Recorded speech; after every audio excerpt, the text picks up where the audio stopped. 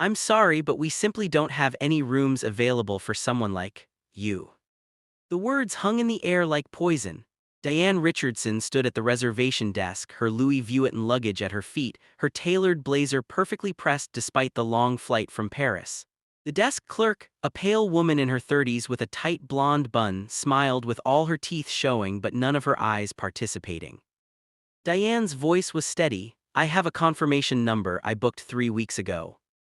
Yes, well, the clerk's fingers didn't even touch the keyboard. The system shows nothing, and frankly, even if it did, I'm not sure this establishment is quite your speed. There's a Motel 6 about 15 minutes down the highway, much more affordable. A businessman in the lobby glanced over, then quickly looked away. If you think this is shocking already, wait until you hear the twist. Hit subscribe now so you don't miss it. Diane pulled out her phone, scrolling to her email confirmation. Here's my reservation. Confirmation number GH2847 Premium Suite. The clerk barely glanced at it. Anyone can Photoshop an email, ma'am. I'm going to have to ask you to step aside. You're holding up the line. There was no line, just Diane standing alone at a desk meant to serve her. Behind the clerk, a younger employee, maybe 22, with nervous eyes shifted uncomfortably. Bethany, maybe we should just check the. Devin, go reorganize the storage room. Bethany's voice could have cut glass. Now. Devin hesitated, looked at Diane with something like apology, then disappeared through a door marked staff only. An older couple emerged from the elevator, wheeling their suitcases. They slowed as they passed, the wife whispering something to her husband. He pulled out his phone, the red recording light blinked on. Bethany noticed, her smile grew sharper. Is there a problem here? Because if you don't leave voluntarily, I will have to call security. For what? Diane's voice remained calm, but her jaw tightened. For trying to check into a room I paid for. For causing a disturbance. Bethany picked up the desk phone. Raymond, yes, we have a situation in the lobby. Uncooperative guest, could you come up? She paused, eyes locked on Diane. Yes, that asterisk kind of situation. A few more guests had gathered now, pretending to examine brochures to check their phones, but all of them watching. One woman shook her head in disgust, though whether at Bethany or Diane wasn't clear. Diane set her phone on the counter, screen up, recording. I want everyone to see this. Bethany's face flushed. You can't record me without permission. Actually, I can. One-party consent state. Diane's lips curved into the smallest smile. I know my rights, clearly you don't know yours. If this part has you on edge, hit the like button right now. It lets us know you want more stories like this. The elevator dinged. A thick-necked security guard emerged, hand already moving toward Diane. Ma'am, I'm going to need you to leave the property. On what grounds? Trespassing. Trespassing, Diane repeated the word slowly, tasting its absurdity. In a hotel where I have a reservation. A reservation she can't produce, Bethany interjected, arms crossed, and she's become verbally aggressive. I haven't raised my voice once. The guard moved closer, his hand now on Diane's elbow. Let's not make this harder than it needs to be. The man who'd been recording spoke up. Hey, she hasn't done anything wrong, she's just trying to check in. Sir, this doesn't concern you. Bethany's voice had steel in it now. It concerns anyone with a conscience, the man shot back. Diane gently removed the guard's hand from her arm. You really don't want to do this. Is that a threat? Bethany leaned forward, triumphant. Did everyone hear that? She just threatened. It's not a threat, it's advice. Diane reached into her bag slowly, deliberately, and pulled out a business card. She placed it on the counter and slid it toward Bethany. You might want to read that before this goes any further. Bethany glanced down, her eyes skimmed the card, nothing changed in her expression. Diane Richardson, CEO, Richardson Luxury Properties. Am I supposed to be impressed? Anyone can print a business card. But the security guard had gone very still. Richardson Luxury Properties, he repeated quietly. Wait, isn't that? Raymond, escort her out. Bethany's voice had an edge of desperation now. Diane pulled out her phone again, this time dialing. Hi Victor, yes, it's me. I'm standing in the lobby of the Grand Meridian, our Grand Meridian. She paused, listening, her eyes never leaving Bethany's face. Yes, I'd like you to pull up the duty roster for tonight. Who's the front desk manager on shift? Bethany's face had gone from flushed to pale. Bethany Caldwell, thank you, Victor. Diane lowered the phone but didn't end the call. Bethany, Victor Huang is our COO. He's been with the company for 12 years. He's also my godfather. Would you like to speak with him? The gathered crowd had grown to nearly 15 people now, phones out, recording, whispering. Bethany's mouth opened and closed like a fish pulled from water. This is some kind of mistake. You don't look like. Like what, Bethany? What exactly don't I look like? The silence in that lobby was absolute. Raymond, the security guard, had backed up 3 steps, his hands now raised in surrender. Ma'am, I'm so sorry, I didn't know, she said. I know what she said. Diane's voice was quiet now, deadly quiet. I heard every word. Devon had emerged from the back room, his face sheet white. Ms. Richardson, oh my God, I tried to tell her. Bethany grabbed the edge of the desk to steady herself. Please, there's been a terrible misunderstanding. Your photo in the system, it must be outdated, I thought. You thought what? Diane stepped closer.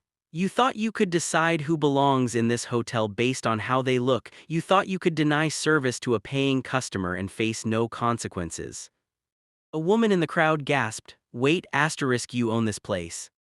Diane didn't answer. She was watching Bethany's face crumble in real time, watching the exact moment the woman realized her entire career was imploding. I can explain, Bethany whispered. I've been under a lot of stress. There have been issues with fraud, fake reservations, and I thought. You didn't think that's the problem. The elevator dinged again. A tall man in an expensive suit strode out, his face grave. He looked at Diane first, relief and worry mixing in his expression, then at Bethany, whose knees actually buckled. Victor, Diane said, perfect timing. Victor Huang surveyed the scene. The phones recording, the crowd, the security guard who looked like he wanted to melt into the floor, and Bethany Caldwell, who was now openly crying. Ms. Richardson, he said formally, though his eyes were warm, I'm terribly sorry for this situation. If you'll come with me, we'll get this resolved immediately. Oh, we'll resolve it. Diane picked up her phone from the counter, still recording. The video had been streaming live to her social media, 50,000 viewers and counting. But I think we need to do it right here, in front of everyone. Bethany was shaking now. Please, I have 2 kids. I need this job. I'll do anything. You should have thought of that before you decided I didn't belong in my own hotel. Diane turned to face the crowd, the cameras, the future. For those of you recording, and I see most of you are, here's what's about to happen next. Here's what happens when you forget that respect isn't something you give based on someone's appearance. It's something you give because it's right. Diane looked back at Bethany one last time, then turned to Victor. Pull it up. Victor nodded, reaching into his jacket pocket for a tablet. His fingers moved quickly across the screen. Ladies and gentlemen, he announced, his voice carrying across the marble lobby, for those of you who don't know, Richardson Luxury Properties owns and operates 43 hotels across North America and Europe. The Grand Meridian is our flagship property. He turned the tablet around. On the screen was the company website. At the top, a professional photograph of Diane Richardson in a charcoal suit, arms crossed, standing in front of this very hotel. Below it, in bold letters, founder and CEO. The crowd erupted in gasps and whispers. Oh my God, someone breathed. She actually owns it, another voice confirmed. This is going so viral, a young woman whispered, her phone shaking in her hand. Bethany had gone completely white, her lips moved but no sound came out. Raymond, the security guard, had backed all the way to the elevator, his face a mask of horror. Devon stepped forward, his voice cracking. Ms. Richardson, I tried to tell her. I recognized you from the employee orientation video. I said we should check the system properly, but she wouldn't listen. I know, Devon, Diane's voice was gentle with him. I heard you try. She turned back to Bethany, who had collapsed into the desk chair, head in her hands. Look at me. Bethany's head rose slowly, tears streaked her makeup. Do you understand what you did tonight? Diane's voice was steady, measured, not angry, something worse, disappointed. You didn't just deny me a room, you denied me my humanity. You looked at my skin, my face, and you decided I didn't belong in my own hotel. I'm sorry, Bethany sobbed. I'm so sorry, I didn't know. That's the problem, Bethany, you didn't know, but you acted anyway, you made assumptions. And those assumptions, Diane gestured to the crowd, the phones, the thousands now watching the live stream, they just cost you everything. A woman in the crowd, mid-50s, with kind eyes spoke up. I'm staying in room 412. I checked in 3 hours ago and she was perfectly pleasant to me. She paused, her voice hardening. I'm white, that's the difference, isn't it? Bethany couldn't answer, the truth was written all over her face. Victor stepped closer to Diane, his voice low. The stream has over 200,000 viewers now, it's trending on 3 platforms. Diane nodded slowly. She raised her phone, speaking directly to the camera to the invisible thousands watching.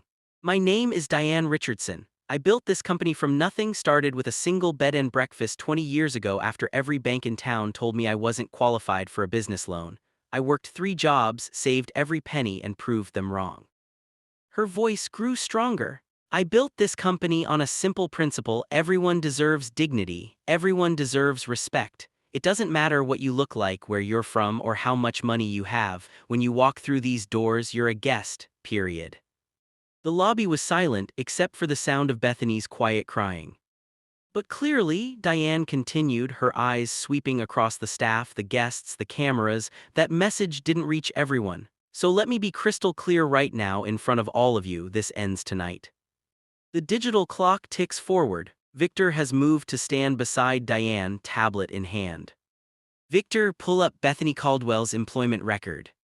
Victor's fingers moved. Bethany Caldwell, front desk manager, hired 8 months ago, 3 complaints filed against her in the past 6 months, all dismissed by the previous regional supervisor. Diane's jaw tightened. What were the complaints? 2 regarding discriminatory behavior toward guests, 1 regarding hostile treatment of a staff member. Victor looked up. All 3 complainants were people of color. The crowd's murmur grew louder, someone cursed under their breath. Diane turned to Bethany. 3 complaints, 3, and somehow you're still here, still in a position of power, still making people feel unwelcome in a place that should be a sanctuary. The supervisor said they were just misunderstandings, Bethany whispered. He said people were too sensitive, that I was just doing my job. What supervisor? Gregory Mitchell, he's the regional. Not anymore, he's not. Diane's voice cut like a blade. Victor, Gregory Mitchell is terminated effective immediately. HR will handle the paperwork tonight. I want a full audit of every complaint filed in every property he oversaw. If there's a pattern of dismissing discrimination reports, I want to know about it. Already on it, Victor confirmed, typing rapidly. Diane looked back at Bethany.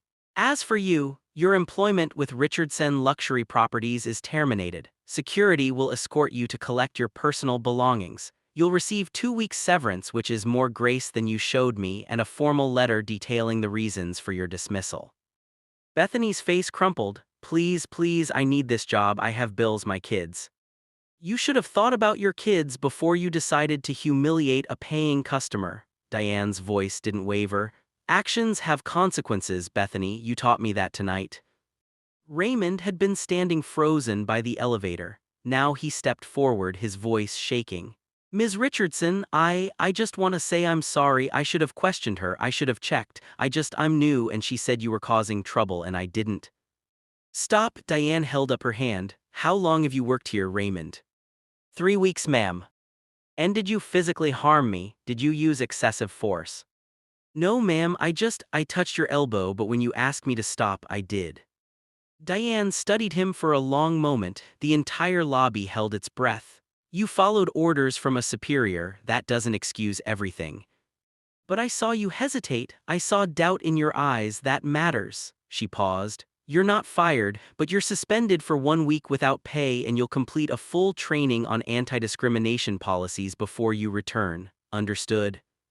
Raymond's eyes filled with tears of relief. Yes, ma'am, thank you, I swear I'll do better. See that you do. Diane turned to Devon, who stood trembling by the staff door. Devon, you tried to speak up. That took courage, especially against a superior. I'm promoting you to interim front desk manager effective immediately. You'll receive manager pay and full training. Think you can handle it? Devon's mouth fell open. Yes, ma'am, thank you, I won't let you down. I know you won't. Victor has summoned 2 additional security guards who now stand beside Bethany, ready to escort her out. But Diane wasn't finished. She turned to face the crowd fully, addressing not just the people in the lobby but the hundreds of thousands watching online.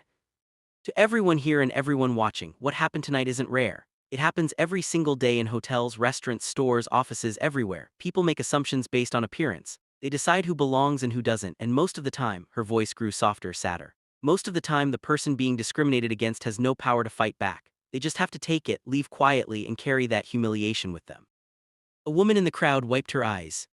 I had power tonight. I could call a COO, prove my identity, turn this around. But what about the people who can't? What about the countless black women, brown women, indigenous women who get treated this way and have no recourse, who don't own the building, who just wanted a room, a meal, a moment of peace? The silence was profound. That's why this matters. That's why I'm not just firing one person and moving on. Tomorrow morning, I'm implementing mandatory anti-bias training across every single Richardson property, every employee from housekeeping to management. And we're creating an independent oversight committee to review discrimination complaints, no more supervisors sweeping things under the rug. The crowd erupted in applause, actual applause, spontaneous and genuine. If you believe justice always wins in the end, make sure you're subscribed for more powerful stories like this one. Bethany has been escorted out, her muffled sobs fading as the elevator doors close. The crowd begins to disperse, but many linger, wanting to shake Diane's hand to thank her. The man who'd first started recording approached, his phone finally lowered. Ms. Richardson, I just want to say what you did tonight, standing your ground like that. My daughter is 14, she's black, and I'm going to show her this video. I'm going to tell her that dignity isn't something you beg for, it's something you demand. Diane's eyes softened. What's your name? Marcus Chen. Thank you for recording, Marcus. Truth needs witnesses. As he walked away, the woman from room 412 stepped forward. I'm checking out tomorrow morning, but not because of you, because of what I saw in myself tonight. Her voice wavered. I didn't speak up immediately. I watched her treat you that way and I hesitated. I told myself it wasn't my business, but silence is complicity, isn't it? Yes, Diane said gently, but you spoke eventually, that's something. It's not enough, but I'll do better. The woman squeezed Diane's hand and walked toward the elevator. The lobby has finally emptied except for Diane, Victor, and Devon, who's nervously studying the computer system at the desk. Victor handed Diane a key card. Presidential suite, it's ready for you. Thank you, Diane took it, then looked at Devon. You okay? He nodded quickly, just trying to figure out where Bethany kept the training manuals. I want to be ready for tomorrow. The manuals are important, but Devon, Diane waited until he looked up. The most important thing isn't in a manual, it's what you did tonight, seeing someone struggling and trying to help. Don't ever lose that. I won't, Ms. Richardson. As Diane and Victor walked toward the elevator, she pulled out her phone one last time. The live stream had ended, but the comments were still flooding in. Thousands of them. Stories from people who'd experienced the same thing. Gratitude from people who'd needed to see someone stand up. Anger at Bethany. Hope that things could change. She scrolled through until she found one comment that made her pause. My mom was a hotel housekeeper for 30 years. She got treated like she was invisible. Thank you for seeing people like her. Thank you for remembering that respect isn't about who you are, it's about who they are. Diane closed her eyes for a moment. The Grand Meridian lobby, 2:00 p.m. Bright afternoon sunlight streams through the windows. A diverse group of employees, front desk, housekeeping, management, sits in a circle in the conference room visible through glass walls. A professional trainer stands at the front leading a discussion. People are engaged, listening, nodding. At the front desk, Devon confidently helps a young Latino couple check in, his smile genuine and warm. In the office visible behind the desk, a new plaque hangs on the wall, dignity first, always. The Grand Meridian's guest satisfaction scores went up 32% in the 3 weeks after that night. But numbers aren't the real story. The real story is the single mother who checked in and told Devon she'd been nervous about whether she'd be treated well, and left a 5-star review saying she felt seen. It's the elderly black couple who'd avoided hotels their whole lives because of past experiences, who came back and stayed a second weekend. It's the employee who finally felt safe filing a complaint about a coworker's behavior because they knew someone would actually listen. Yeah. Change doesn't happen because one person gets fired, it happens because one person decides enough is enough and then makes sure the systems change too. It happens when witnesses become advocates, when silence becomes speaking up, when assumptions become questions. She pauses. What happened to me that night wasn't special, but what I could do about it was, and that's the privilege I'll never take for granted, the ability to turn my pain into policy, my humiliation into hope for others. She picks up a framed photo from her desk, a young black woman in a housekeeping uniform, 1970s era, smiling despite tired eyes, Diane's mother. My mama cleaned hotel rooms for 20 years. She came home with stories like mine all the time. She never owned the building, but she owned her dignity. And she taught me that no one gets to take that from you. Diane sets the photo down gently. Respect costs nothing, but its presence changes everything, and its absence costs us all. The Grand Meridian exterior at sunset. The sign gleams in golden light, guests of every background stream in and out of the entrance. Inside the glass doors, Devon can be seen helping an elderly woman with her luggage, his smile bright and welcoming. The Grand Meridian implemented company-wide anti-discrimination training across all 43 Richardson Luxury Properties. An independent oversight committee now reviews all discrimination complaints. Bethany Caldwell and Gregory Mitchell did not respond to requests for comment. Devon Martinez became the youngest front desk manager in company history. Diane Richardson continues to advocate for equality in the hospitality industry. Remember, your dignity isn't up for debate, and the next time you see someone being treated as less than, don't just record it, don't just watch, speak, because justice doesn't just happen, it's built by people who refuse to look away.